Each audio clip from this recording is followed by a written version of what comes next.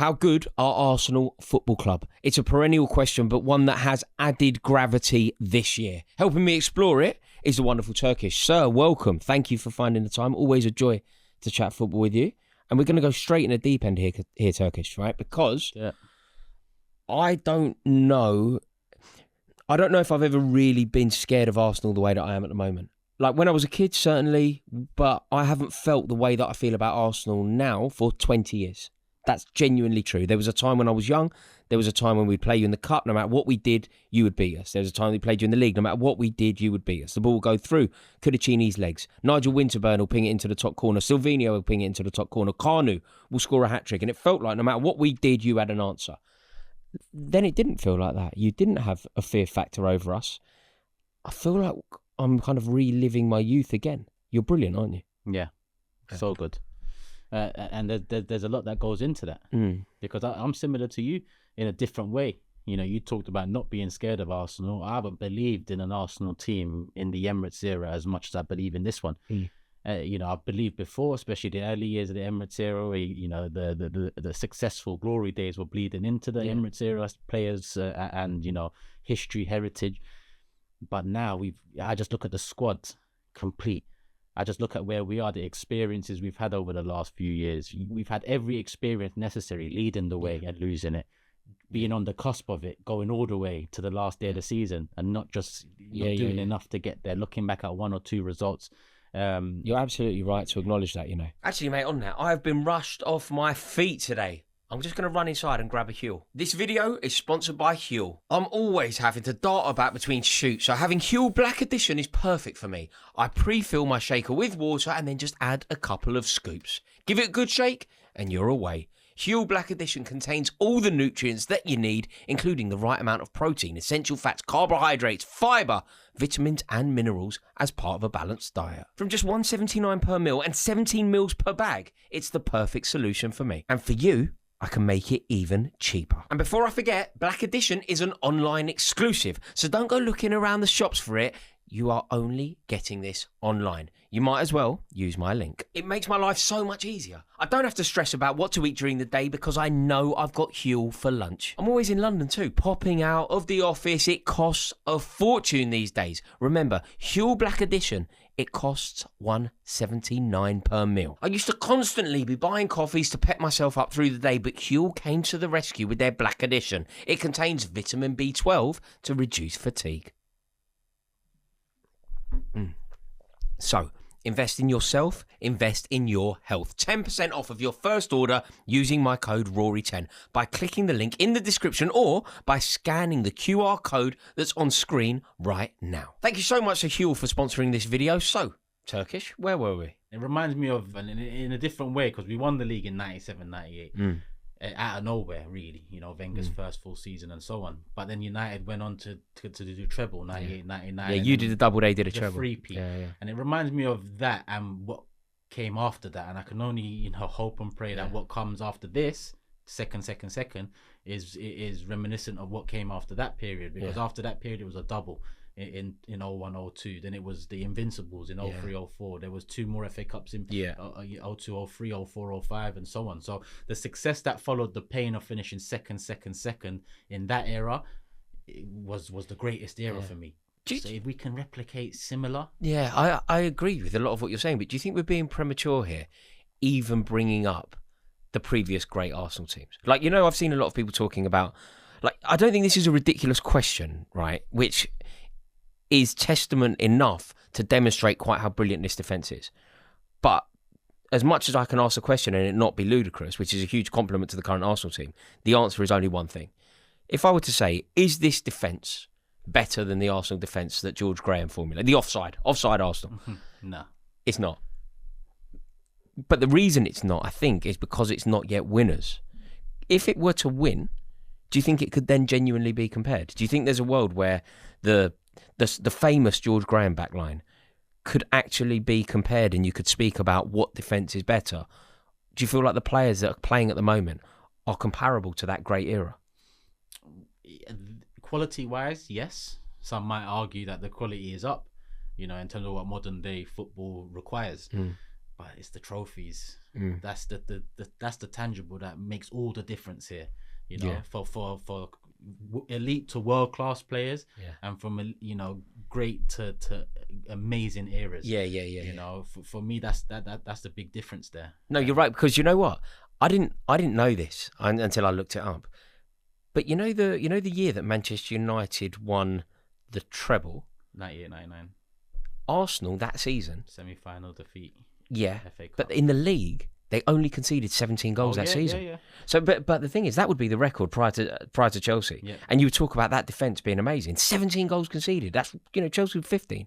It's not a huge disparity, but you don't really talk about it. Nobody really knows that. I imagine if a lot of people watching this video are honest, they will acknowledge that they didn't know that stat. Yeah. And the reason that they didn't know it is because you weren't the winners. History is always written by the winners. So this Arsenal team is great. The defence is like borderline historic, potentially historic in terms of what it could do.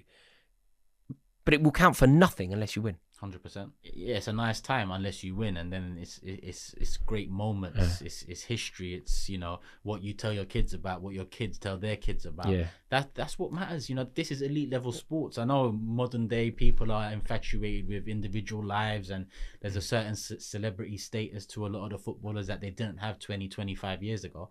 But the bottom line is success. That's what we all want for all of our teams. Because all of these accolades that we're hearing about, and it is amazing, like obviously Arsenal became the first team in the English top flight history to play 6 games in 1 month and not concede a goal. All comps, yeah. Like that's amazing, but it only matters if you win. Yeah. It only matters if it leads to something. I've got a question for you. Are you worried? Yeah, I'm terrified. Actually, do you know what I was going to do? The way that I was going to portray this to demonstrate quite how terrified I am.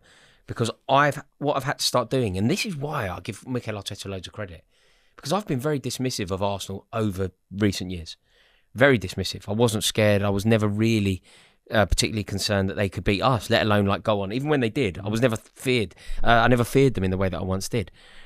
But I'm now having to rationalise how I will cope if Arsenal in the league. I'm actually working out the strategy. I'm also doing the same thing for Europe. And that is why I just think Mikel Arteta is doing so well, because he has made you a serious club. He has made me concerned about very serious things. So a game to play, right? I don't want Arsenal to win the league. That's my cards on the table. Out of the teams that are capable of winning the league, I want anyone to win it other than not. That's sense. Of course. It'd be weird for me to feel any other way. Play a game with me that isn't going to be fun for you, but just indulge me. Yeah. If Arsenal were to not win the league, why don't you win it? Because when I'm looking from the outside in, I can't really see the vulnerability. I'm thinking they've got goals galore in the team, they've got invention in the team, they've got world-class footballers in the team, they've got a solidity at the back that is almost tailor-made to win a league. You've got a manager who is clearly capable of getting you over the line. I can't even see the vulnerability. Yeah. And then the challenges are no good. Even if you were this good, if Liverpool was still unbeaten, you're like, well, it doesn't matter how good you are, they're going to win it. If Man City were Man City of 3 or 4 years ago, it doesn't matter how good you are, they're going to win it.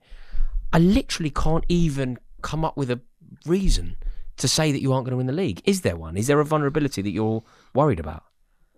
Not necessarily vulnerability, just, we haven't got over the line yet. That's probably the only thing. I'd say the only thing stopping us is ourselves. In years gone past, you could look at some of the races we were in or leading and say experience, cost us. You could say PGMOL and injuries last year, a combination between them cost us. This year, when you look at it, we've taken all the things we can impact, in terms of the transfer window and the squad. And we've eliminated the injury excuse or the reason. Yeah. Saliba gets injured, you're in trouble. Bang, Mosquera. Solid. Yeah. Odegaard gets injured, you're in trouble. Bang. Gabriel's ASA. Yeah. A lot of our players have been out already this season. If you look at, and important players at that, we've had Saliba come off in 2 games. We've had Odegaard come off in 2 games. This is unusual, but we're coping with it well because of what we've done in the window. Experience, that's no longer an issue for me because we've had the experience necessary to win. The only thing now is referees, but I don't think the referees can impact it enough because I feel like that swings roundabouts. They are poor, but everyone gets the harsh end of the other thing you've got as well, right? And I don't rate Victor Gyökeres that highly. I don't think he's that good. But I also think he's kind of perfect for you. I think he's exactly what you need. You have enough beauty. You have enough craft. You have enough silk. You have enough guile. What you need is a battering ram. someone capable of scoring ugly goals. Like, you know, one of the goals that he scored against Atletico Madrid, he tackled the ball into the goal. Like, it's a tackle. It wasn't even a good. But for a lot of teams, I'd say that's no good. But for you, it's ideal. You need that battering ram, horrible centre forward that can basically score goals that the rest of your players can't score. Yeah, that's what I wanted. Yeah, that's why I looked at his goal scoring record and said, that's what we need. Now, am I underwhelmed by him so far? Yes, but we're at the top of the table. You know, we haven't conceded a goal for over a month. Forget conceding a goal. It's whether you've conceded a shot or not. Exactly. That's what people... Yeah. I mean, they classed the Nketiah shot a couple of weeks ago as the first shot on target in a few games, but that wasn't even a shot. Yeah. So, you know, I don't know if someone's writing to the FA about that to get that rescinded. But and look, against Brighton as well, in the Carabao, we go rotate the whole back line from goalkeeper to centre-backs to full-backs. It's another clean sheet. And it's another clean sheet. We rode our luck at times. But overall, it's just... But, you know, when I'm looking at that, you know, it's just a great point to bring that up. Because, you know, when I was looking at your B team that played that game, I think that 3 of the players that were in your B team could quite easily start for England. Do you know, like, in my England team, Lewis Skelly would play. I know that's awkward at the moment to make the case, and it's a different argument, but I would still say... the case himself. I'd still say Lewis Skelly, right? I wouldn't say Ben White, but Ben White, if he was available for England, would probably go. Yeah. And Ethan Nwaneri certainly has a chance of going with England. I agree. That's 3 players in Arsenal's B team who are totally capable of playing for England at a World Cup. And you could say, I mean, the way Dowman's going. I know. Sometimes you need that unpredictable, the Theo Walcott inclusion, the Wayne Rooney I wouldn't inclusion. want him to go because I feel like throughout my life, going with England to an international tournament, it only ends one way, with the media pressuring you as to why you didn't win it, and all the players. Especially for the young, there is a catalogue of like young players who have been thrown in the deep end. Walcott's an example. Didn't play for us, and he never played, had he? He never played a Premier League game, and obviously got an England call up. Yeah, Darren Bent was going, why on earth aren't I in this? But you're right. You look at our B team now, you'd call it, or you know, whatever the industry call it now in terms of finishers and all of this stuff. And I'm comfortable. It is one for you then. So, you know, the question that I've asked, how good are Arsenal? I think the discussion that we've had so far has been enlightening, and it's revealed that the team are good. The players are excellent. The players are winners, capable, there is depth, there is every quality that you need in order to win a league. Is there a vulnerability in the dugout?